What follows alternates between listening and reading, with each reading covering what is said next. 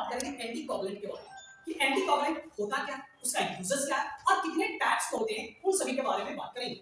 Anticoagulant, anti यानी रोकने का काम करने वाला, कोगुलेंट यानी ब्लड्स को रोकने के लिए जो यूज किया जाता है उसे हम बोलते हैं एंटीकोगुलेंट बोलते हैं।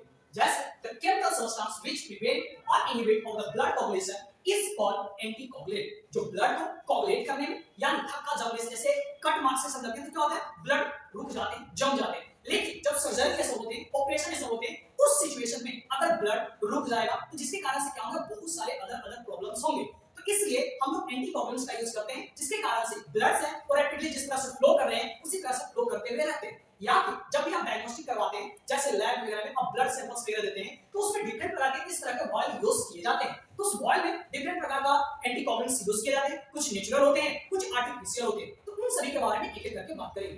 तो सबसे पहला मैंने बात किया कि एंटीकोगुलेंट क्या है, तो the chemical substance which prevent और inhibit of blood coagulation is called the anticoagulant. ये जो रोग प्रिवेंट करता है कोगुलेशन में उसे हम एंटीकोगुलेंट बोलते हैं। सेकंड बात करते हैं टाइप्स ऑफ एंटीकोगुलेंट्स के बारे में। तो बेसिकली ये टू टाइप्स होते हैं, एक नेचुरल एंटीकोगुलेंट और दूसरा इज आर्टिफिशियल। नाम से ही पता चल रहा है, नेचुरल जो नेचर में पाए जाते हैं यानी हमारे बॉडी में पहले से ही पाए जाते हैं, that is the natural anticoagulants. Also lab में जो प्रिपेयर करते हैं, कुछ नेचुरली कुछ सिंथेटिक सब्सटेंस केमिकल सिस्टम को मिलाकर जो प्रिपेयर किया जाता है, that is known as the artificial anticoagulant. अब इसे डेफिनेशन में लिखते कैसे हैं, तो लिखेंगे the anticoagulant which is given by the nature is known as the natural anticoagulant। जो नेचर के द्वारा मिला जाता है उसे क्या बोलते हैं, एंटीकोगुलेंट बोलते हैं। यहाँ पे सबसे फर्स्ट क्वेश्चन पूछा जाता है, एग्जांपल दिया जाता है which one of these is the natural anticoagulant, आपको हेपारिन और बहुत सारे जो आप एग्जांपल दिए हुए हैं जैसे ADTA, sodium chloride and D number option है 3.8% सोडियम सिट्रेट। तो आपको वहां पर ऑप्शन क्या मानना है, फर्स्ट हेपारिन। एक यही एक ऐसा है जो कि नेचुरल एंटीकोगुलेंट है।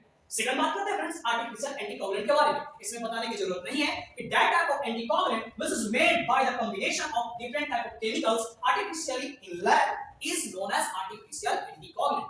जो लैब में में तैयार किया जाता है, प्रिपेयर किया जाता है, that is known as artificial anticoagulant. Example में ADTA, sodium chloride, 3.8% sodium citrate, ये सभी आपका एग्जांपल है। यहां पर सेम क्वेश्चन पूछेगा which one of the natural anticoagulant, चार ऑप्शन दे दिए, बीच में क्या करेंगे, हेपारिन को समा देंगे, या फिर ये भी दे देगा choose one of the option which is the non artificial anticoagulant. इनमें से कौन सा है जो कि नेचुरल एंटीकोगुलेंट नहीं है, तो ये आपका आ जाएगा हेपारिन आ जाएगा। तो इस तरह से हम लोग क्वेश्चन को डील करते हैं।